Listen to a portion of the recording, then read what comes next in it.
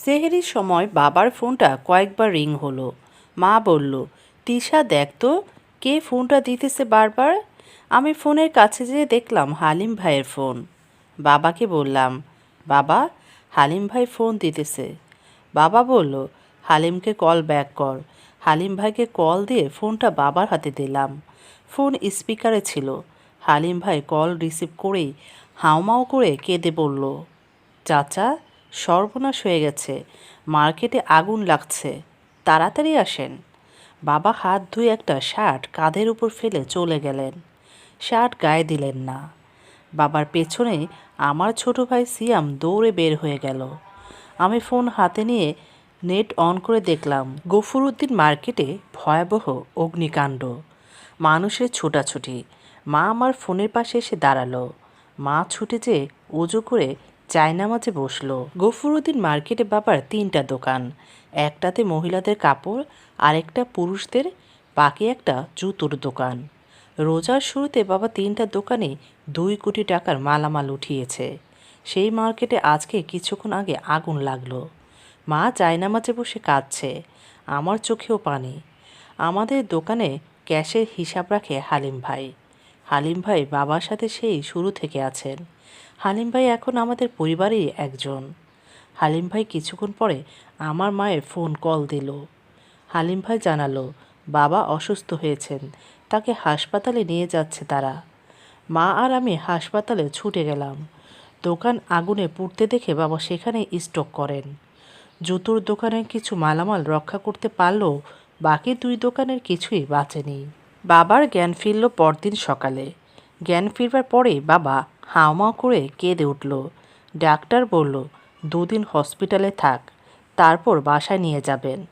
আমি বাসায় ফিরছি তখন দেখলাম মার্কেটের পুরোটাই ছাই হয়ে গেছে। কত মানুষের স্বপ্ন ছাই হয়ে উঠছে। এক লোক পাগলের মতো পোড়া ছাই গায়ে মাখতেছে। প্রতিটা মানুষের ভেজা চোখ। কত মানুষের স্বপ্ন মুহূর্তে নাই হয়ে গেল। কেবল পোড়া ছাই। অধিকাংশ ব্যবসায়ীরা লোন নিয়ে দোকানে মাল তুলেছে, যা সব এখন পোড়া ছাই। বাবাকে নিয়ে বাসায় ফিরলাম 2 দিন পরে। বাবা এখনও ঠিকঠাক হাঁটতে পারছে না।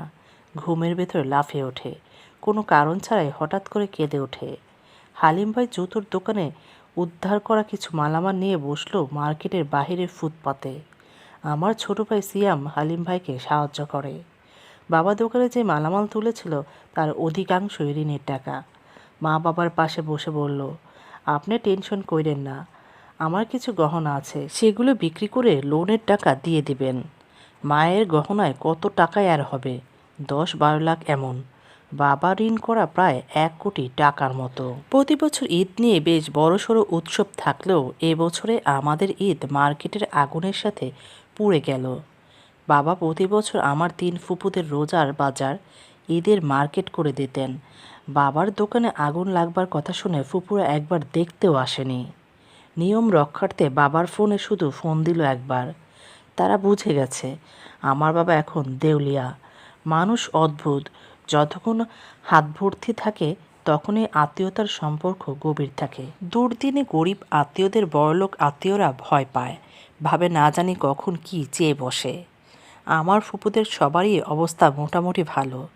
আমরা যে বাড়িটাতে থাকি এই বাড়িটা দাদুর। 7 তলা এই বাড়িটা দাদুর মৃত্যুর আগে ভাগ করে দিয়েছে। আমার প্রতি ফুপুর 2টো করে ফ্ল্যাট। আমার ছোট চাচার 3টা ফ্ল্যাট, বাবার 3টা। একটাতে আমরা থাকি আর 2টো ভাড়া দেওয়া। বাবা ঠিক করলো একটা ফ্ল্যাট বিক্রি করে ফেলবে। বাবা যখন ফ্ল্যাট বিক্রি করবার কথা বলল, আমার ছোট চাচা বলল সে কিনবে। বাবা সেদিন অনেকটা দুঃখ পাইল। আমার চাচার জন্য বাবা কম করেনি। দাদুর মৃত্যুর পরে ছোট চাচার ভয়ঙ্কর অসুখ হয়, বাঁচবে না এমন অবস্থা। চাচাকে বাবা ভারত নিয়ে ডাক্তার দেখায়। সে টাকা পুরোটাই বাবার নিজের ছিল। অথচ চাচ্চুর কাছে যখন বাবা এমন সময় টাকা ধার চাইল, চাচ্চু বলল তার হাতে টাকা নাই। এদিকে যখন বাবার ফ্ল্যাট বিক্রির কথা শুনল, চাচ্চু ফ্ল্যাট কিনবার কথা বাবাকে জানালো। পরিবারের বড় ছেলের উপর সবাই সুন্দর করে কাঁঠাল ভাঙতে পারে। আমার বাবা বড় ছেলে হিসেবে চাচা ফুপুদের জন্য যত যাই করুক না কেন, তাদের মন পেল না। এক সময় মা বলতো বাবাকে, তখন বাবা বলতো ওরাই আমার আপন। আজ বাবা চিনল কে আপন। ঈদ নিয়ে আমাদের বাসায় তেমন কোনো আয়োজন নেই। বাসার কারোই মার্কেট হয়নি ঈদের। ঈদের বাকি আর 3 দিন। সেটাতে আমাদের বাসায় আমাদের ফ্ল্যাটের ভাড়াটিয়া অনিল আঙ্কেল আসলো। অনিল আঙ্কেল আমাদের ফ্ল্যাটে 10 বছর ধরে আছেন। মাঝে মধ্যে তার স্ত্রী আমাদের বাসায় আসেন। অনিল আঙ্কেলের ছোট মেয়ে মৃত্তিকা আপার সাথে আমার খুব ভালো সম্পর্ক।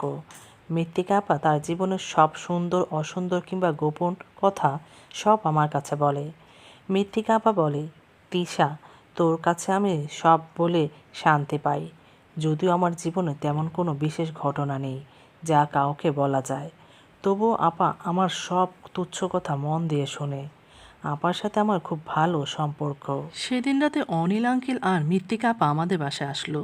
তাদের হাতে বেশ কয়েকটা শপিং ব্যাগে আমাদের মায়ের জন্য শাড়ি, বাবার জন্য পাঞ্জাবি, আমার জন্য একটা 3 পিস। অনিল আঙ্কেল বাবার হাতে ব্যাগগুলো দিয়ে বলল, ভাইজান, আপনাদের জন্য গরিবের এই সামান্য উপহার। আপনার খারাপ সময় যাচ্ছে, বুঝতে পারছি, তবে এইটুকু আপনাদের জন্য। বাবার দুচোখ বেয়ে দেখলাম পানি ঝরতেছে। অনিল আঙ্কেলের বাসা ভাড়া বাবা গত বছর পুজোর সময় নেয়নি। বাবা খামটা ফিরিয়ে দিয়ে বলেছিলেন, দাদা, এই মাসেরটা আপনাদের পুজোর উপহার। অনিল আঙ্কেল হয়তো আজকে ভারমুক্ত হতে আমাদের দুর্দিনে পাশে দাঁড়ালেন। এই উপহারের মূল্য আমাদের কাছে 1000 কোটি টাকা। আমার বাবা তার ভাই বোনের জন্য কত কী করলেন। বড় ফুপুর মেয়ের বিয়েতে স্বর্ণের গয়না দিলেন। ছোট ফুপুর ছেলে বিদেশ পড়তে যাবে, তখন ধারের কথা বলে টাকা নিল, আর সেই টাকা ফেরত দেয়নি। অথচ তাদের ছেলেমেয়েরা দুহাত ভর্তি শপিং করলেন, একবার আমাদের খোঁজ পর্যন্ত নেয়নি। মানুষে মানুষে এত তফাৎ। এই শহরে কিছু মানুষের সাথে রক্তের সম্পর্ক না থাকলেও আত্মার সম্পর্ক থাকে। কিছু মানুষ মুখোশ পরে আমাদের পাশে থাকে। যখন খারাপ সময় আসে তখনই তাদের মুখোশের আড়ালে ভয়ঙ্কর রূপ দেখা যায়। বিপদে মানুষের প্রকৃত বন্ধু খুঁজে পাওয়া যায়। গল্পটি ভালো লাগলে অবশ্যই চ্যানেলটিকে সাবস্ক্রাইব করবেন, লাইক কমেন্ট শেয়ার করে পাশে থাকবেন। ধন্যবাদ।